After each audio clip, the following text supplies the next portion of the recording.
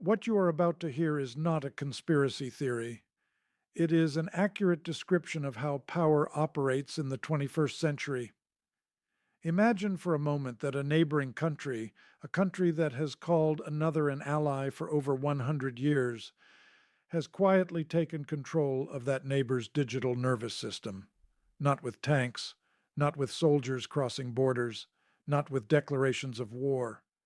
It did so with fiber optic cables, with cloud servers, with algorithms, with companies bearing names familiar to everyone: Amazon, Google, Microsoft, Meta. And the country that lost that control without firing a single shot is Canada. And the country that seized it with quiet, devastating efficiency is the United States. That is precisely what we will discuss today, because what is happening to Canada in the digital world is not a technological accident. It is the logic of corporate capitalism transformed into state policy. And if you think this has nothing to do with what's happening in the wider world, with trade wars, with threats of annexation, with the restructuring of the global order we're experiencing right now in 2025 and at the beginning of 2026, then we have a lot to talk about. Let's talk about something the mainstream media doesn't explain clearly enough. Let's talk about what it really means for the United States to control 93% of Canada's internet infrastructure. This isn't an abstract number, not a statistic for academics. It's a geopolitical reality that changes everything we think about sovereignty, about national autonomy, about a people's right to govern themselves. And if we understand this well, we'll also understand many other things happening in the world right now. Let's start with the basics, because when we talk about internet infrastructure, many people think of websites or social media.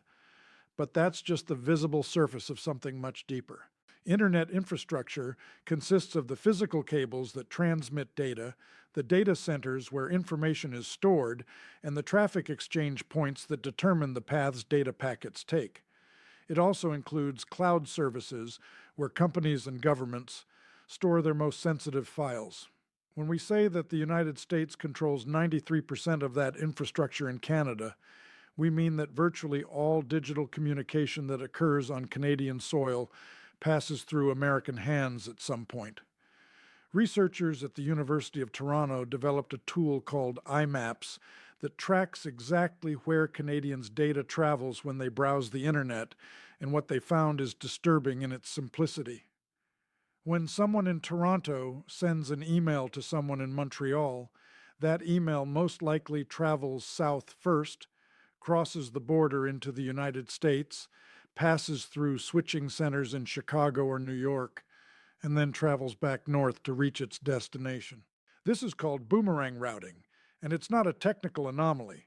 It's the norm, the everyday operation of the internet in Canada. And this phenomenon isn't a mistake, it's the result of decisions made by private companies, primarily American, that built networks with north south connections, pushing Canadian traffic toward major American routing hubs in New York, Chicago, Seattle, and California. Think about what that means in concrete terms. Someone in Montreal tries to access the Canadian government website, a site physically hosted just a few miles from their home.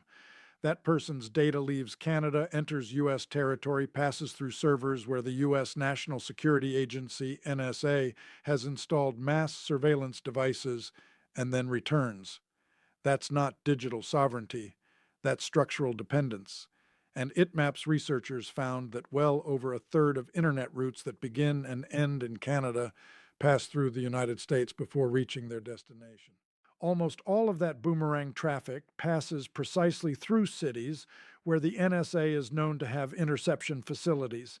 Now, someone might say that this is a technical problem, a network engineering issue of no major political significance, and that person would be completely wrong, because when a Canadian's data crosses the border into the United States, it automatically loses the protection afforded by Canadian law. At that moment, it becomes subject to the jurisdiction of the U.S. Patriot Act, cloud security law, and FISA legislation, which allows the U.S. government to access data stored by American companies, even when that data is physically located outside the United States. This is not an exaggeration. It is the law. it is what the text of these laws states, and that includes health data, student records, financial histories, private communications, political affiliations, and religious beliefs. Anything that passes through servers or cables under U.S. jurisdiction can legally be intercepted and examined by U.S. government agencies. And this is where the situation becomes even more complex, because we're not just talking about routing internet traffic. We're talking about something structurally deeper that has to do with who owns the cloud services used by Canadian businesses and the government. According to data from Open Media, a Canadian organization that works to defend digital rights, Amazon, Google, and Microsoft dominate more than 60% of the global cloud infrastructure market. In Canada, in 2023, 48% of all Canadian businesses relied on cloud computing services. And among companies in the information and culture sector, that figure reached 81%. Even the Canadian Public Service, the federal government, relies on U.S. providers like Amazon, Microsoft, and Google to store sensitive data. What that means in geopolitical terms is devastating to grasp. It means that a huge amount of Canadian data, including government data, is stored on foreign soil, subject to foreign laws that protect the interests of that foreign country's government, not the interests of Canadian citizens. And there's something that needs to be understood about how corporate capitalism operates in this context.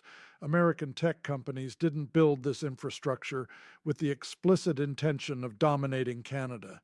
They did so following market logic, seeking economies of scale, expanding their networks as efficiently as possible. From a financial perspective, Amazon plans to spend $100 billion on infrastructure by 2025, primarily to expand Amazon Web Services globally. Microsoft spends $80 billion and Google spends $75 billion. We're talking about investments in digital infrastructure that are, as industry analysts point out, comparable in magnitude and strategic importance to highways and electricity. Except these digital highways run through American territory and we all pay the toll with our privacy and sovereignty. But here's the twist that makes all of this far more politically urgent, transforming what was once an uncomfortable but relatively stable reality. Canada's digital dependence on the United States has become a top-tier national security vulnerability. Why? Because the geopolitical context has changed radically. Donald Trump, in his second term, explicitly threatened to annex Canada. It has imposed tariffs that violate the free trade agreements that Trump himself negotiated during his first term.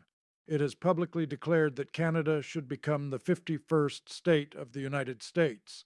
And while this is happening on the visible political and economic front, on the digital front, which very few pay close attention to, the United States already holds the keys to the communications infrastructure of the country it threatens to annex. Think about that carefully.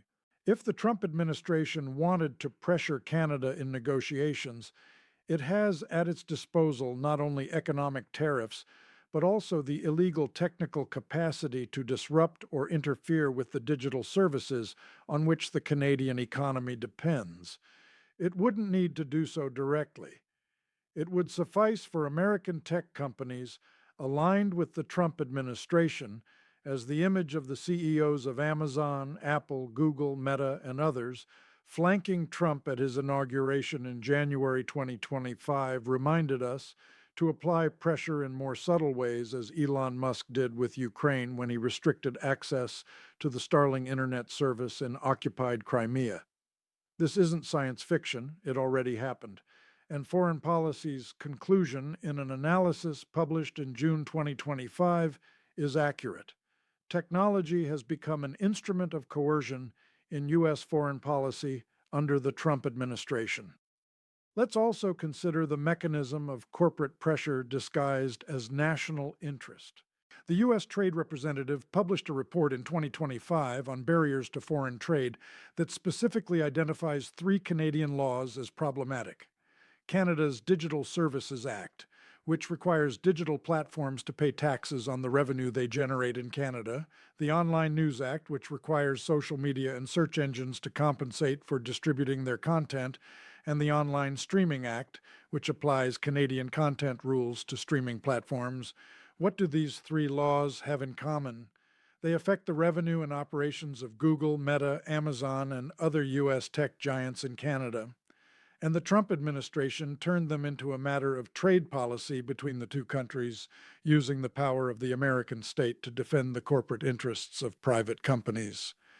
This is what researchers at McMaster University called corporate lobbying by proxy in November 2025.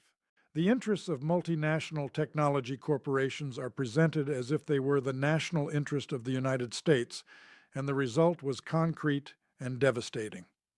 The Canadian government, under pressure from Washington, canceled its digital services tax before it could be fully implemented, a decision that wiped out $7 billion in projected revenue for Canada over 5 years. The $7 billion that companies like Google and Meta would have paid for the revenue they generate operating in Canadian territory, which the Ottawa government conceded to under pressure from Washington. That's not sovereignty. That's a practical demonstration of what it means to depend on the digital infrastructure of a country that has coercive power over you. There's something that Marxist economists, heterodox economists who study capitalism without blinders, understand better than anyone else right now. Infrastructure is not neutral. Infrastructure is power. When one country builds another country's railways, it controls the flow of goods. When one country builds another country's roads, it controls the movement of people.